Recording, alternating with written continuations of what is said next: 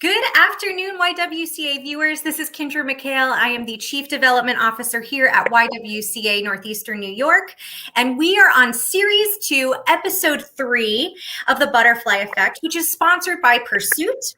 Pursuit provides businesses with affordable loans, resources so that they can transform and grow.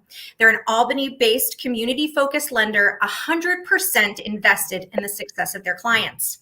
If you are a small business owner looking for funds to start, grow, or recover, you can learn more on their website at pursuitlending.com. This empowerment series, where volunteer hosts interview inspiring women in our community, and I can't tell you how excited I am today to have the fabulous Dina Ziskin-Fortune on the show. Hi, Dina. How are you? Hi, so excited. So we called each other before the show, and we planned on wearing blues, right, Dina? Yeah. So before we start jumping into questions, I want to read your bio so that our audience knows who you are. And I'm just very excited because you are probably one of the most creative people I've ever met in my life. So I'm really excited about this. So here is Dina's bio. All right. So Dina is a lover of all things galactic, art, energy, fairy, dragon, and magical. You have been on a healing journey for the last 29 years. Through this process, you've discovered your gifts as a channeler of divine wisdom and intuitive painter. Adding the most recent layer of the Sophia dragons, she realized she was channeling these higher frequency energies through her paintings. Dina channels soul language, healing light, and activation codes with the use of your voice, drumming, movement, and painting. As if this magic was not enough, she's also tapping in to the Akashic field. I hope I said that correct. Yeah. And can assist others with a deeper connection within themselves by creative perspective shifts and embodiment.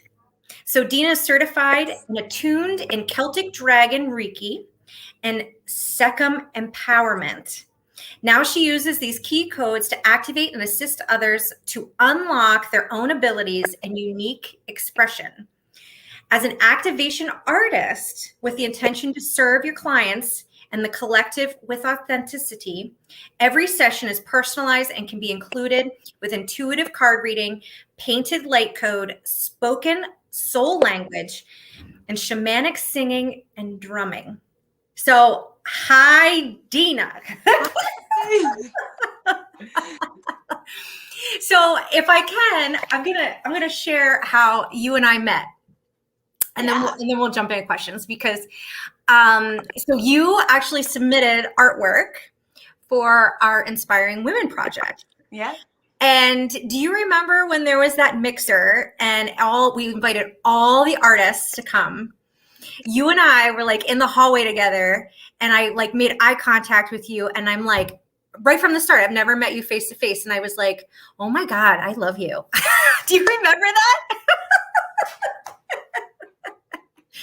There was just this like, hey. Right, like I see you. Right. Oh man. Well, thank you so much for being on the show today. And I just finished your bio. Do you want to add anything else about tell us more about you? Define a little bit more about your bio, please. Well, it's really interesting because I was really involved with the Y of Troy and because of Jaquetta and then what happened was like my ex-boss, she was my manager for many years, Imelda Lane, reached out to me. It was like, Dina, I love your art. More people need to see your art. Please enter your art into this Empowering Women art event. Please, you got to do this. And like, I wouldn't have even known about it if Imelda didn't tell me. And so I really want to send thanks to her, and I hope that she watches this because she was a very instrumental part in my career that in my life So for many years, so for her to like go out of her way and be like, Dina, you need to put your art in this, like, just meant a lot to me. And because when I started working with her, I wasn't doing as much with my art. Like, I was doing a little bit, but she was always very supportive. I was doing little things that I would bring in, like painted glasses. I was painting on glasses at the time that I was working for her. Yeah. And I love it. And you have right behind you, you have some samples of some of your pieces. Yes. And I loved the piece that you submitted for the Empowering Women Project. Oh yeah. And you and I want to make sure I say this right. So maybe you can correct me, but you are a painter that paints, walks away, adds another layer, walks away. Like, so art to you is never really completely finished. Am I saying that right? Yeah, it's pretty much like, when does it get to this like max of absorption? When is it where like if I touch it now, like it'll completely, you know. And I've had, and that one was one of those where like I actually painted more on it after I picked it up. You did? It's different. It's different. I thought it was ready. I thought it was ready, but it needed another layer. Right. And it was really funny because, you know, I said I'm a channeler, and on the way to go pick up the painting, okay, I don't know about you, but like, you know, when most people talk to themselves in the car, it's like they're having a conversation with themselves, right? Right. Yep. Well, for me, that's when a lot of the channeling comes through.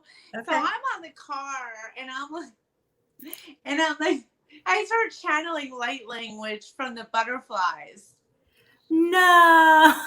And so it's like, it is really, and it comes in this really voice, and I'm like, this really sweet voice, and I was like crying on my way to pick up the painting, and because it was so emotional. I really love butterflies, and right.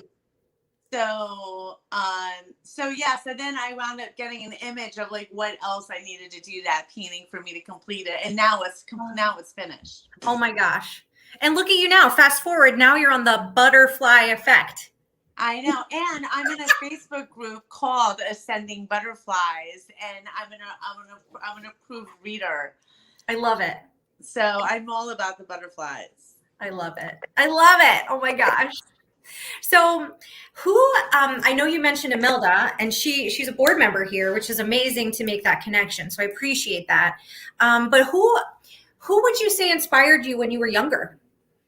I would say my mom. Yeah. I had a couple people. My mom was a big one. And then I had a high school teacher named Aunt Mrs. Garris, and she was an amazing art teacher who was very, you know, she was very, what's the word? Eccentric, you know? Yeah. And I felt very safe to be myself around her. Great. And I felt my mom was very open-minded in many ways to me and my quirkinesses. And my mom would sing around the house, and it was so funny. Fun. We had fun. And my mom was an entrepreneur. So I started being like a little mini entrepreneur when I was in high school. Get out. So what did you do in high school? I was making jewelry. I love it. I had a table in the lunchroom cafeteria. I got to have a break room, a table, and I put out my beaded jewelry.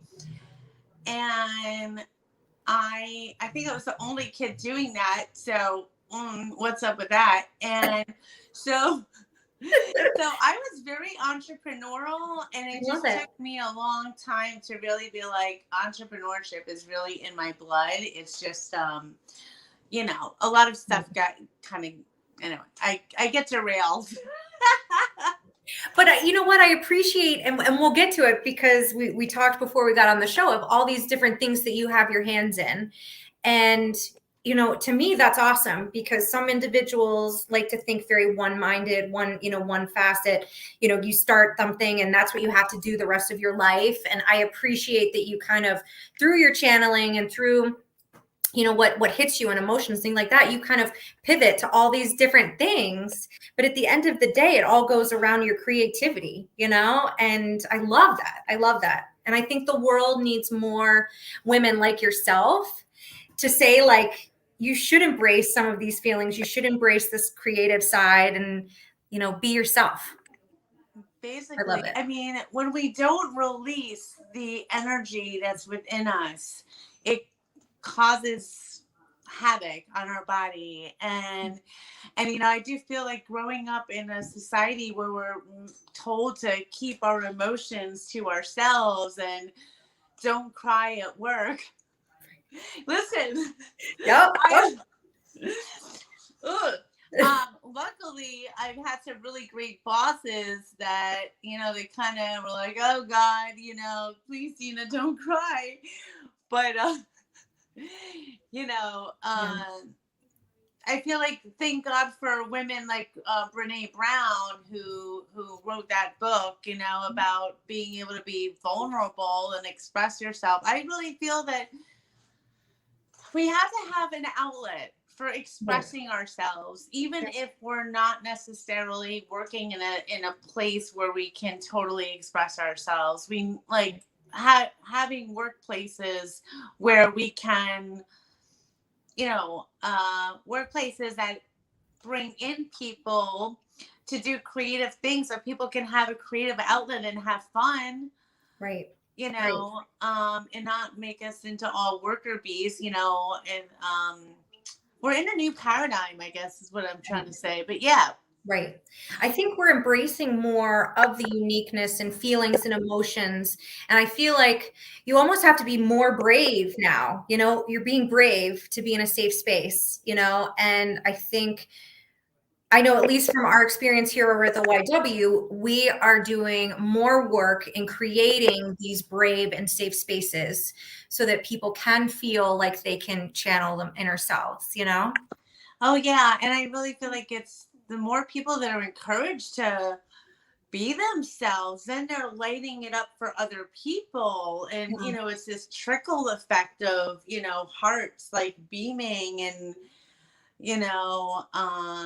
because I really do believe in the principle of, the more we are our more authentic selves, the more we can help other people. And then, and what's fun? Like, why do we gotta not have fun? You know what I mean? Right. And like, and I do feel like I am feeling we all have a certain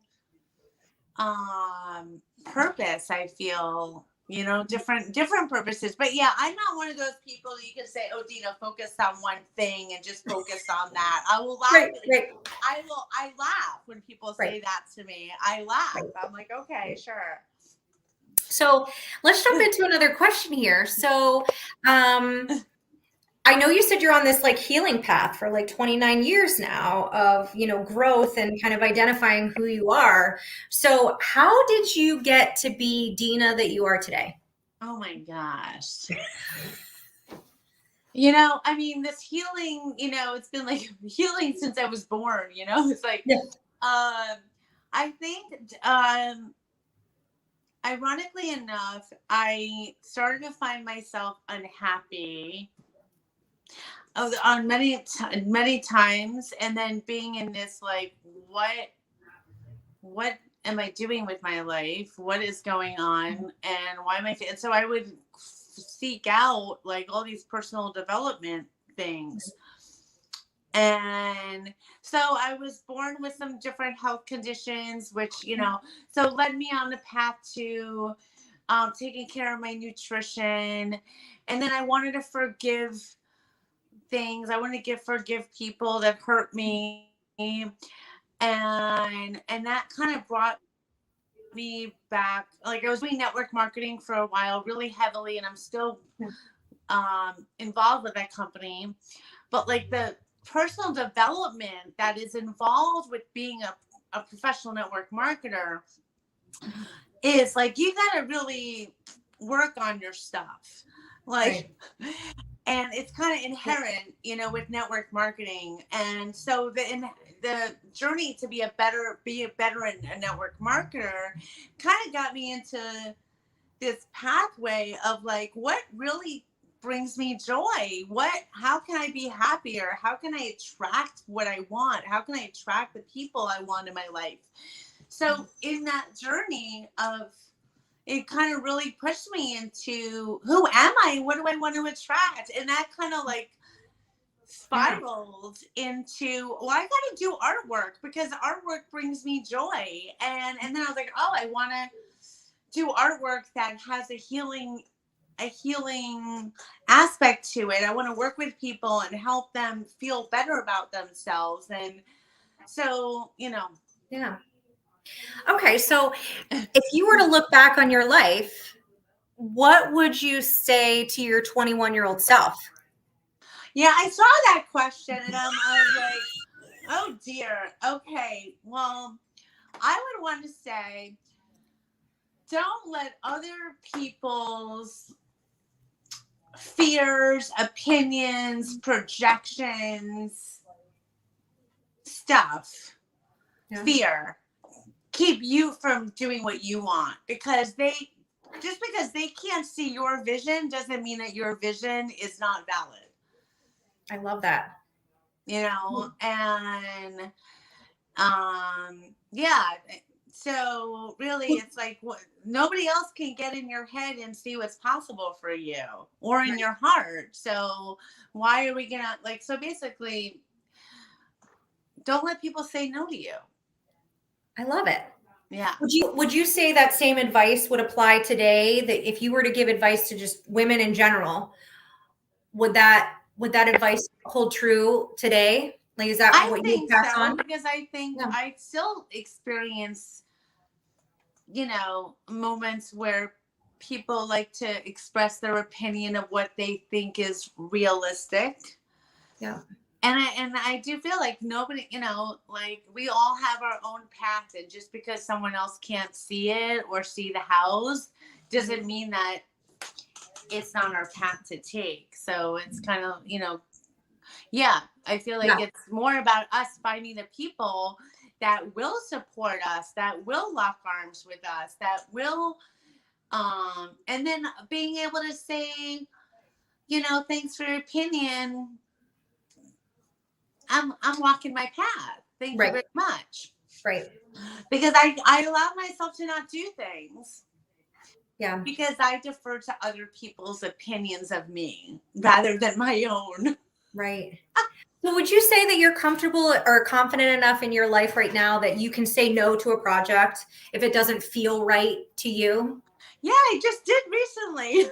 Oh, okay. I love that, because I feel like that's a struggle for a lot of women right now. Is like, you don't want to disappoint. You don't want to let somebody down, and then we take on more things than we should. And then, it just kind of spirals into, negative feelings, Right? Saying no has been quite the journey. It's one thing to take a no. It's another thing to give a no. I like that. And I do think though, that's been something I really, really had a hard time with. And in this last project that somebody invited me to work with them, and they were offering me what I felt was really unrealistic.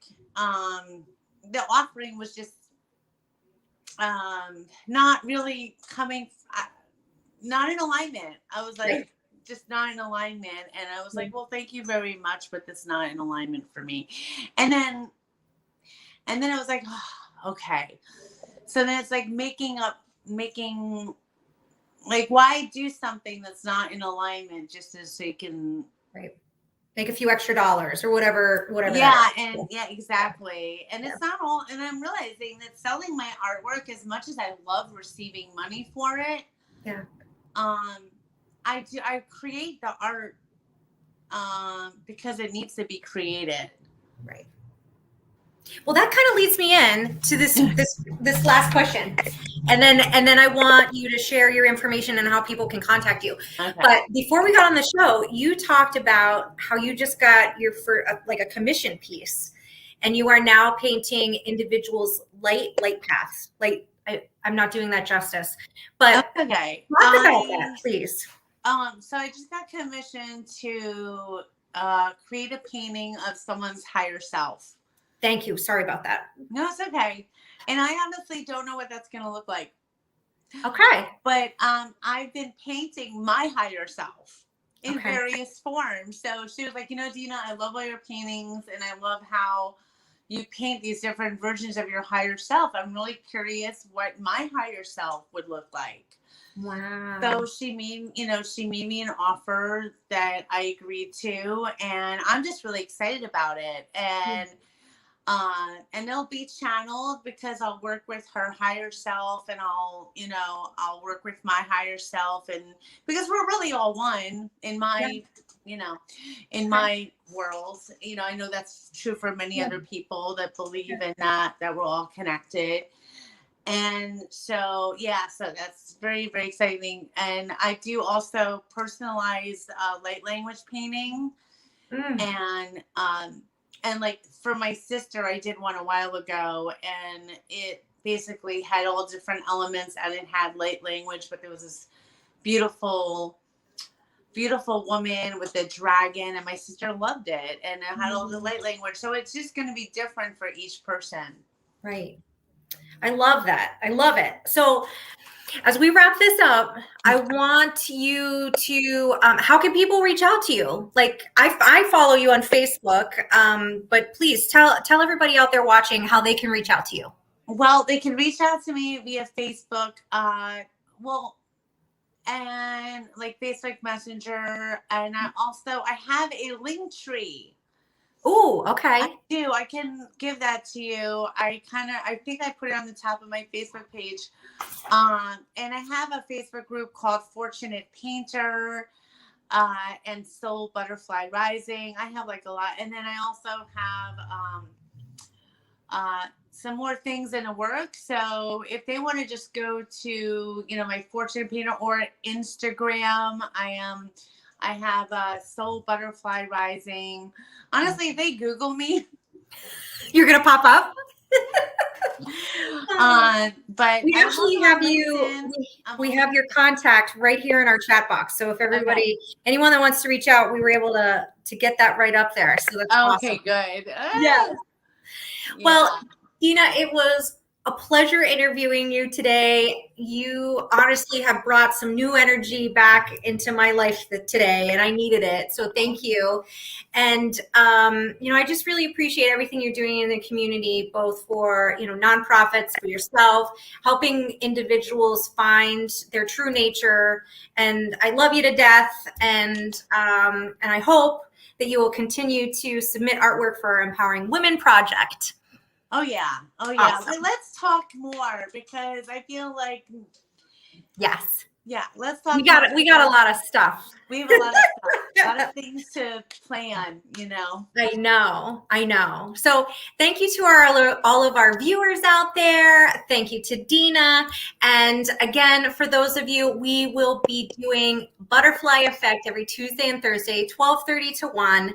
And we invite you to join us. And please like, share, comment, all of these wonderful things. Dina, again, thank you for joining us. And goodbye, viewers. Thank you.